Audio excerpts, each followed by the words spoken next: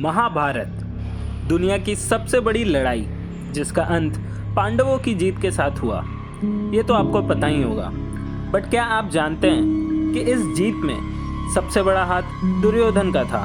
हाँ, वही दुर्योधन जो पांडवों को किसी हाल में भी मारना चाहता था।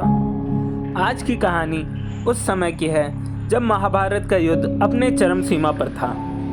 हर एक दिन पांडवों को जीतता देख दुर्योधन परेशान हो चुका था। कौरवों की टीम में बड़े बड़े योद्धा होने के बावजूद वो हार रहे थे। इस चीज से परेशान होकर एक रात दुर्योधन भीष्म पितामह के पास गया और उनसे बोला, हे भीष्म, ऐसा क्यों है कि आपके होते हुए भी हम हार रहे हैं?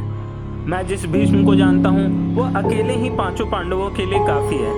क्या आप उनका वध इसीलिए नहीं कर रहे हैं क्योंकि आपका उनसे लगाव है? क्या यही है आपका धर्म?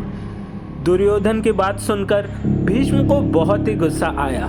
उन्होंने 5 सोने की तीर निकाली और एक मंत्र पढ़ा और दुर्योधन से बोला कि कल सुबह वो पांचों पांडवों का वध कर देंगे इन 5 तीर से। दुर्योधन को भीष्म पर जरा सा भी भरोसा नहीं था, इसीलिए उसने वो तीर लेकर अपने पास रख ली। उसी रात अर्जुन दुर्योधन के पास आया और उसने दुर्योधन से वो 5 तीर मांगी और दुर्योधन ने दे भी दिया। अब सवाल यह उठता है कि वो दुर्योधन जो पांडवों को किसी हाल में भी मारना चाहता था, उसने आखिरकार अर्जुन को वो 5 सोने की तीर दी क्यों? इसका उत्तर जानने के लिए हमें जाना पड़ेगा उस समय में जब पांडव वन में वास कर रहे थे। दुर्योधन पांडवों की हर एक चाल पर नजर रखना चाहता था, इसीलिए उसने अपना कैंप वहां लगाया जहां पांडव वनवास कर रहे थे। एक बार जब दुर्योधन जंगल में नहा रहा था, तब उसकी लड़ाई वहीं मौजूद गांधारवास से हुई। गांधारवास ने दुर्योधन को हराया और उसे अपना गुलाम बना लिया।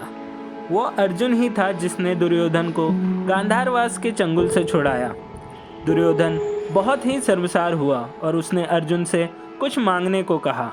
अर्जुन बोले, वो मांगेंगे ज़रूर, बट अभी नहीं, समय सही होगा तब। जब कृष्ण को इन 5 तीरों के बारे में पता चला, तब उन्होंने अर्जुन को दुर्योधन के वचन के बदले यह 5 तीर मांगने को कहा। और यही कारण था कि अर्जुन दुर्योधन के पास गए और उनसे वो 5 तीर मांगी, क्योंकि दुर्योधन ने वचन दिया था। उन्हें वो 5 सोने की तीर अर्जुन को देनी पड़ी। तो ये थी कहानी उन 5 सोने की तीरों की। Thanks for watching.